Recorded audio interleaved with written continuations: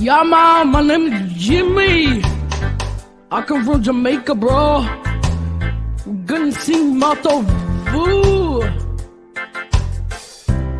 Oh, oh, oh, oh, oh, oh. Motto Vu. Oh, Alecha, Yaakov. משכנותיך ישראל, מה טובו אוהליך יעקב. משכנותיך ישראל. This comes from the portion of Balak. Bilam thinks he's gonna curse Israel, but really in the end his plan derails into nothing and it ends up blessing Israel. מה טובו עליך יעקב, משכנותיך ישראל. Bilam thinks he's bad, he's really good because he blessed Israel instead of putting them in a bad mood. He did not curse them, he did bless them. He blessed them with these words: מה טובו עליך יעקב, משכנותיך ישראל.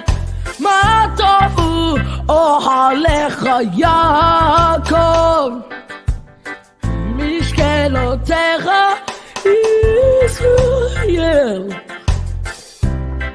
Yo, Bilam did not curse Israel, he ended up blessing them with the following words: מה טובו אוהליך יעקב, משכנותיך ישראל. He talked to a donkey, beat it up. He beat it up, but the donkey still loved him a lot and told him a lot. But he ended up being bad. He never turned a new leaf. He ended up being a villain forever and ever and ever and ever. מה טובו עליך יעקב,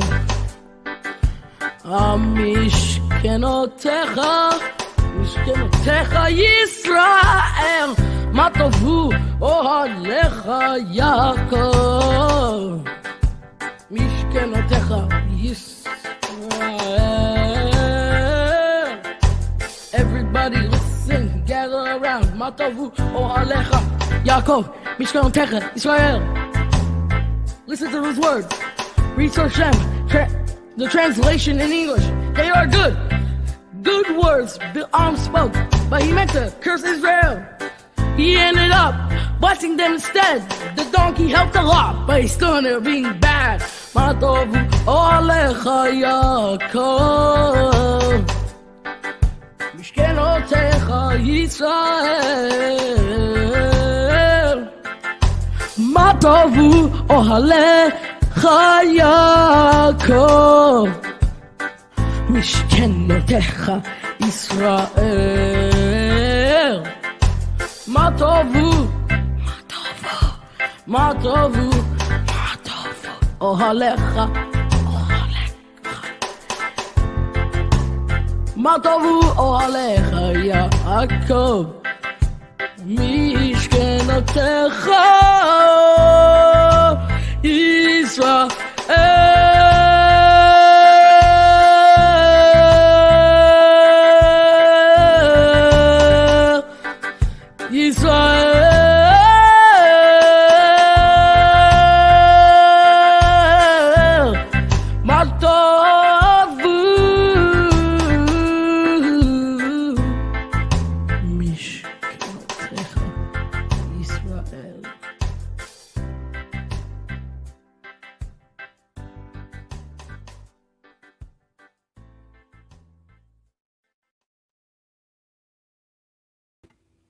Well, shalom everyone and welcome. My name is Maury Jackson Edwards. It is my pleasure to welcome you on behalf of Avatami Ministries and Yeshivat Shuvu to our final broadcast of the Shabbat.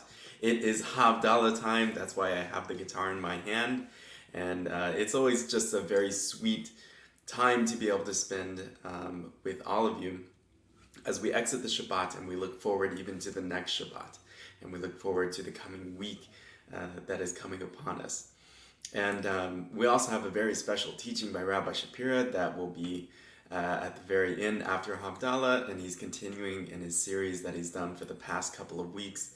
And it's an amazing series, and so we are really hyped about this, and we hope you are as well. Please hit the like and share, and get the word out about this broadcast and about Avat Me in general, what we're doing globally, and the kingdom work. This is something that you are an integral part of, and that we are relying on your crucial support to be able to continue doing what we do, to continue publishing books, publishing videos in as many as 13 languages, and to be able to weekly publish these and be able to reach out and build highways from all over the world to Yerushalayim, up to Yerushalayim.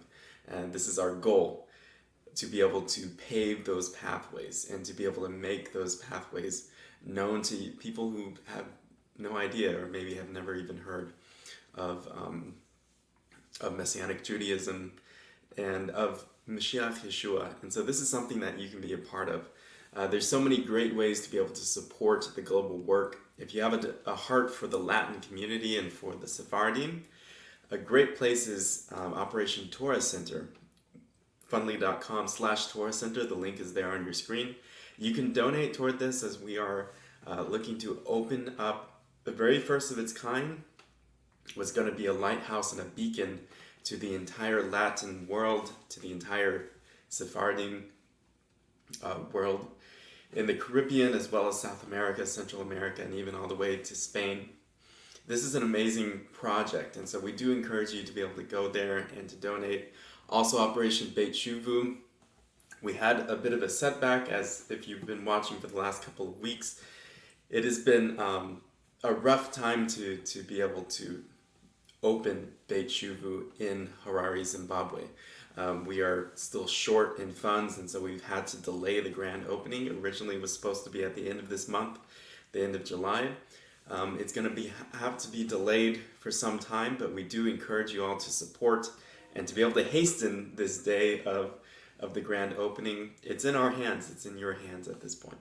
And so we do encourage you to go there. We also want to remind you, if you haven't heard, that Rabbi Shapira is writing the Jewish DNA of Romans 11. This is going to be an incredible book, and it's going to highlight and open lots of people's eyes to the Jewish background, not only of Romans 11, but of Rav Shaul and the entire book of Romans in general. It's going to be incredible.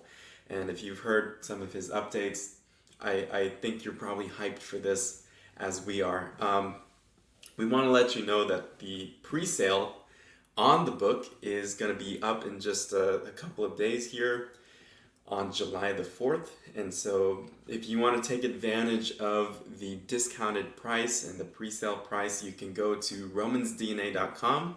The link is there on your screen, and you can order hopefully not one, but multiple, to be able to give to friends and family, and you'll be able to get them at this discounted rate, which is only going to be through the 4th of July, through Independence Day. And so we do highly recommend you go there and pre-order. Let's go now into the Havdalah service. You can follow in Avat Olam Sidur in page number 87. We are singing Hine El Yeshuati, Behold, God is my salvation. Hine El Yeshuati, Evtach velo evtach, Ki ozi vezimat Yadotai, Hayeli Yeshua, Ushavtem mayim besason, Yeshua, L'Adonai Yeshua, Alamecha, B'chatecha Selah, Adonai Tzevaot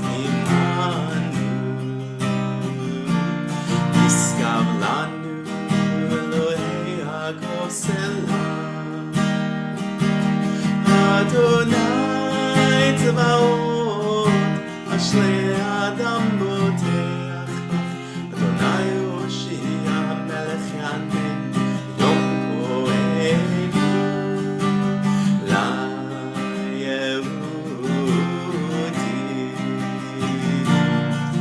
Hayata V'simcha, V'sason Bika, Kinti Elamu, Nos Yeshuot, Ezau Hashem, Adonai Echad. Zavrim Elonan, Lai Lai La La La La Lai La La La La La Lai Lai Lai Lai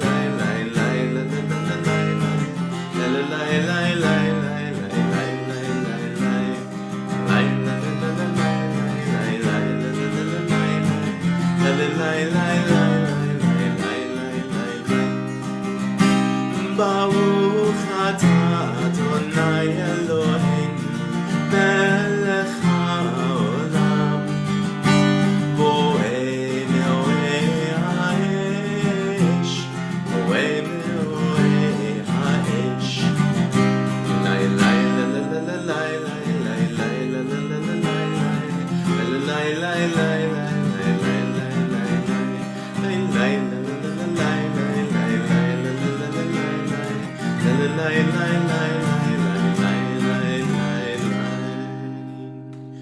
Baruch atah Adonai Eloheinu melech haolam המבדיל בין קודש לחול המבדיל בין קודש לחול בין אור לחושך בין אור לחושך בין ישראל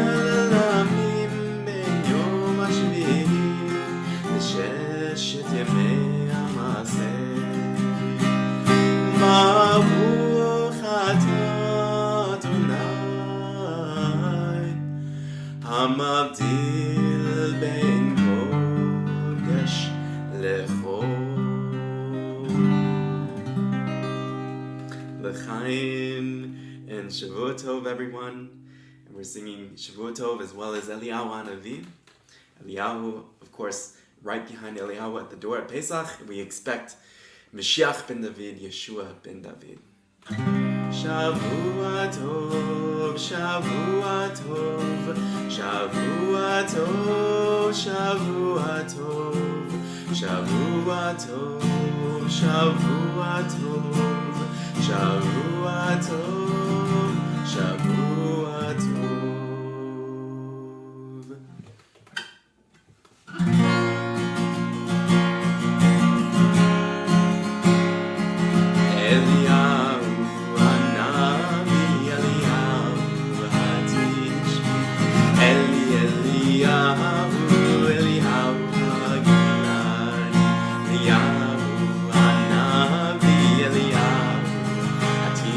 Be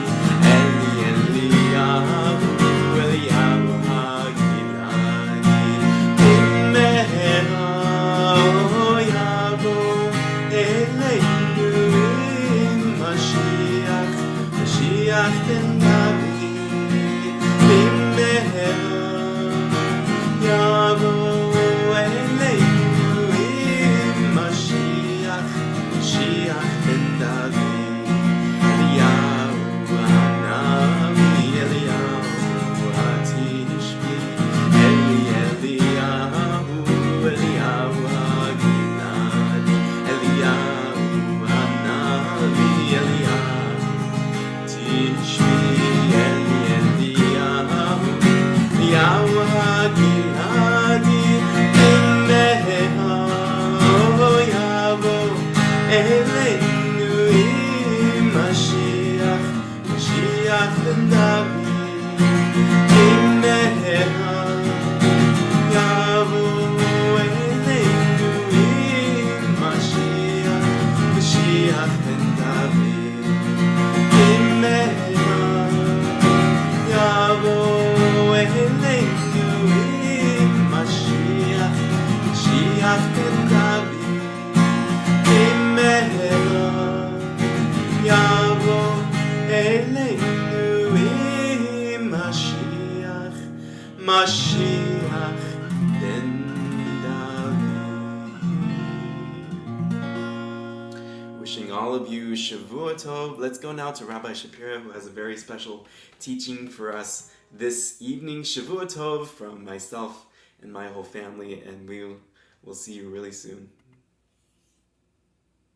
Everybody, and welcome to our program Emet Me'eretz Titzmach, Truth Spring Out of the Earth. In this program we are answering claim of those who reject the Messiah Yeshua and claim that the faith in him is avodah zarah, it's kfirah, it's outside the norm of Judaism. Today in this episode I would like to speak for a moment on the pre-existent nature of the Messiah. Some claim that the faith in a divine Messiah that is pre-existent is violation of Torah and the words of Moses himself.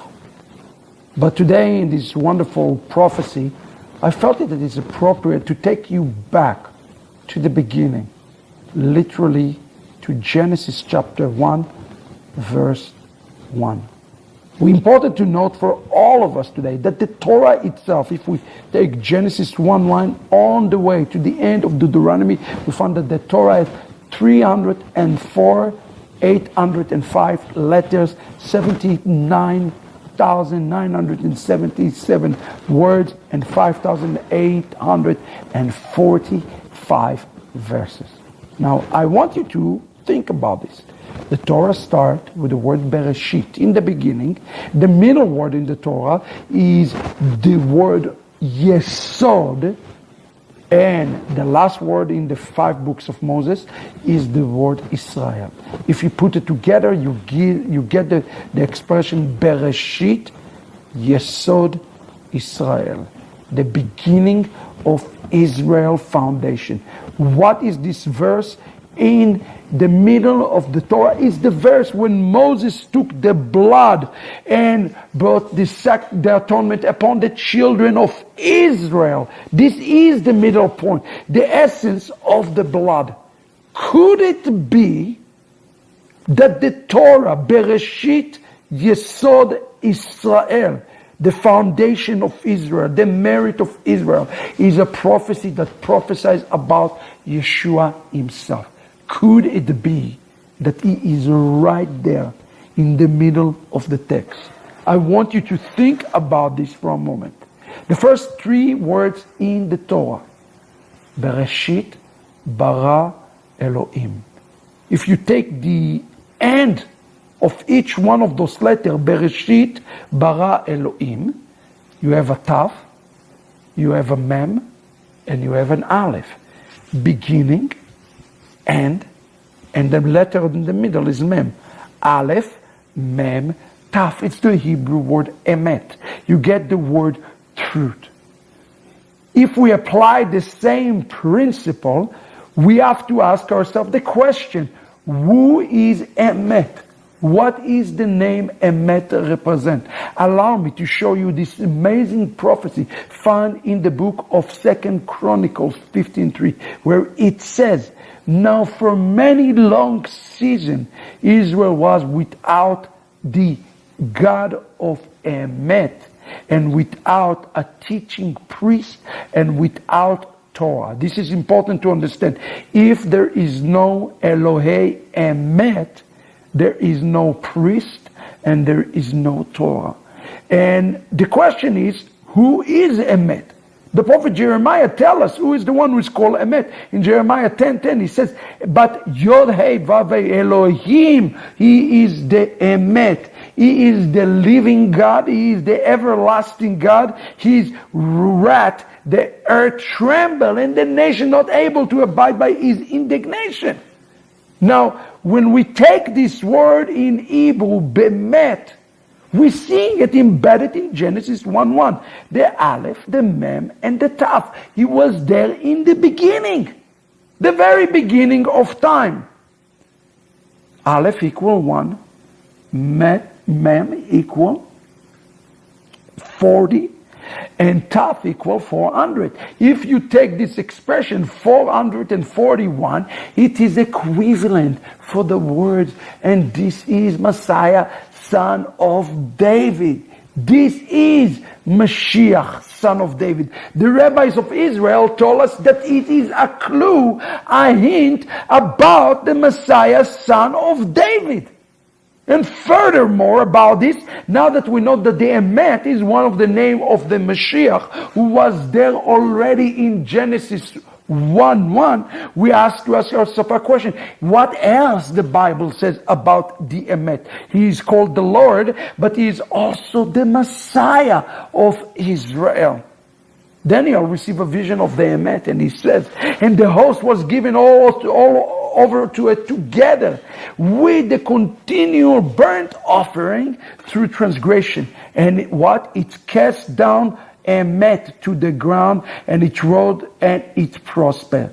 This Hebrew word for casting it down is important. The word to cast it down is the same word as the word to succeed, and is the same word as the word for shalom, representing our shalom. Hashlacha. He has been rejected in order to bring successes. That sounds like somebody we know, the one who has been rejected, the one who has been despised, in order the one to bring shalom. It says here he will be succeeded.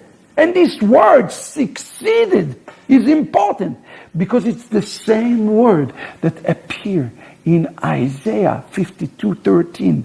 Behold, my servant will be what? He will be successful. He will be exalted and will be lifted up and will be very high. The same word that appears in Daniel chapter 2 is the same word that is appearing in Isaiah 52:13 to represent the Emet. Who is the servant of the Lord that Isaiah is speaking about? Is none other than the Emet.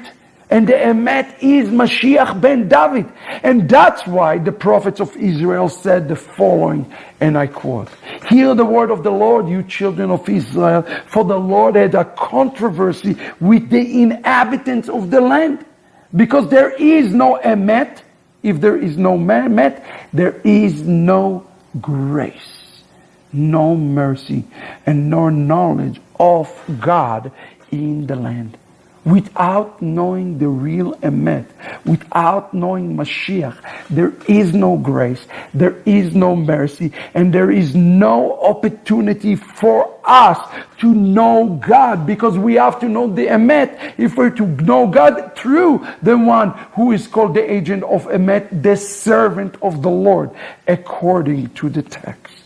That's why in the Psalm it says that Chesed, the Emet, grace and Emet and Mashiach have to meet in order to receive righteousness and shalom that ended up kissing one another.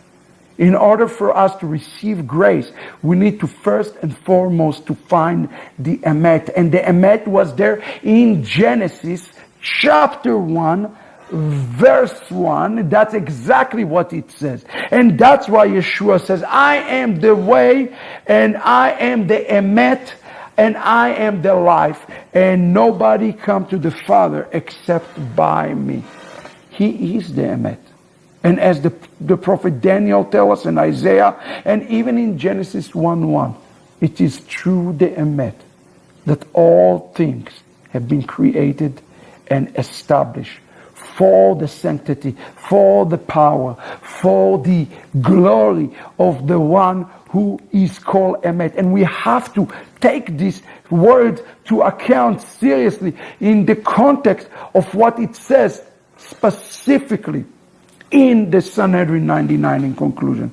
Rabbi Ben Abba said in the name of Rabbi Yochanan, and I quote, all the prophets prophesied of good things only for the days of the coming of the Mashiach, for the day that is coming of the Emet.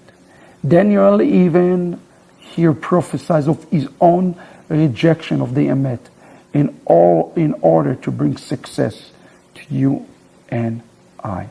Let us put our trust in Emet, in the Emet, the one that was there in the story of creation from the very beginning. God bless you, everybody. Shalom. Shalom, everybody. My name is Rabbi Dr. Shapira, and I'm the author of this upcoming exciting book that is about to be released here to you imminently by the Chagim, the Jewish DNA of Romans 11. Allow me to give you 3 reasons why this specific book is a critical book for you to get into your hands today. This is critical, absolutely critical. And I want to explain to you the methodology of what we have done in this book. Number 1, we are going to have a chapter that is going to place Shaul, Paul, his Hebrew name is Shaul, back into a Jewish context. So the very first chapter of the book, we are going to specifically look at Shaul on the context of Judaism. Where Shaul fit on Judaism, what Judaism think about Shaul, what even some of modern day Judaism think about some of the ideas that Shaul presented to us in the letters of Romans, but we're also going to look at some other Ephesians, Galatians, etc., to try to get inside the lens of Shaul in the context of normative Judaism. So I think the context of Shaul is very important. Number 2, Shaul make an analogy into the olive tree. We're going to specifically look at the connection of the olive tree in rabbinic Judaism. What does the tree represent? Who is the tree? What is this tree all about? Why did it choose the analogy of the tree? We're going to look at all of that to give it an introduction and a context into Romans 11. Number 3, this is very important. Over the years, there have been Jewish believers who loved Yeshua and saw the Jewishness of the New Testament. So they translated it into the Hebrew, both from the Aramaic and from the Greek, and they put it into a Mishnaic Hebrew context, what we consider like a biblical Hebrew. So what we have done is we've taken multiple versions of the Hebrew versions, and we reverse engineer them back to English with the support of the Aramaic, with support of the Greek, so that you will be able to read Romans 11 completely different way, in a way that you never read before. So we took the Hebrew for the first time ever and turned it back to the English. So in each verse you'll have multiple Hebrew versions side by side.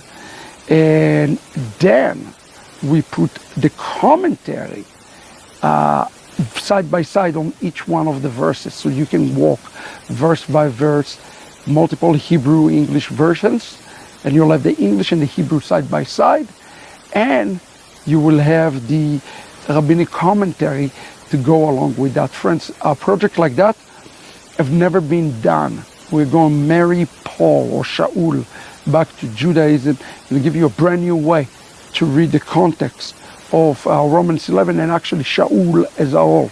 And I promise you that once you finish with the book, you complete the book, and you truly take time to investigate it, your interpretation of Shaul, the way you look at Shaul, is going to be completely different going forward, without a doubt. So we're really excited about this. Continue to pray for the release of this book. It's going to be absolutely amazing, without a doubt. So I'm looking forward to this and bring it to you guys as soon as possible with excellence. Make sure you get your hands on the Jewish DNA of Romans 11. Shalom, everybody.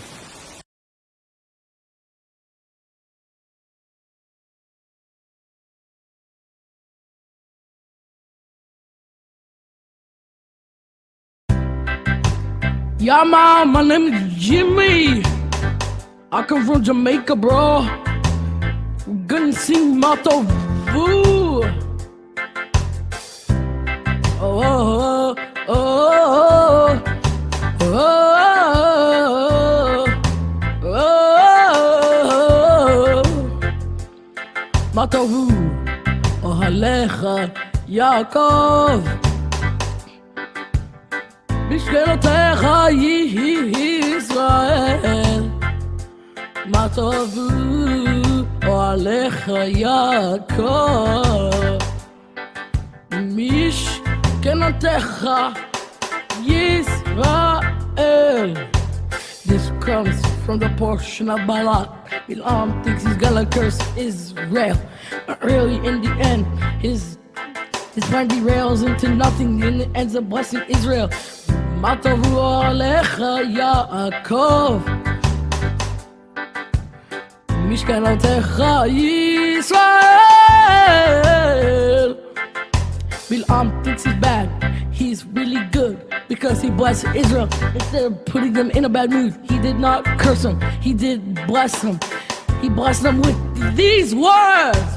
מה טובו עליך יעקב, משכנותיך ישראל. מה טובו אוהליך יעקב, משכנותיך ישראל. Yo, Bilam did not curse Israel, he ended up blessing them with the following words. מה טובו אוהליך יעקב, משכנותיך ישראל. He talked to a donkey, beat it up. He beat it up. But the donkey still loved him a lot and told him a lot. But he ended up being bad. He never turned a new leaf. He ended up being a villain forever and ever and ever and ever and ever. מה טובו עליך יעקב, משכנותיך, משכנותיך ישראל. מה טובו אוהליך יעקב, משכנותיך ישראל. Everybody listen, gather around. מה טובו אוהליך יעקב, משכנותיך ישראל. Listen to those words. Read Hashem. The translation in English, they are good. Good words Bilam spoke, but he meant to curse Israel. He ended up blessing them instead. The donkey helped a lot, but he still ended up being bad. מה טובו עליך יעקב, משכנותיך ישראל.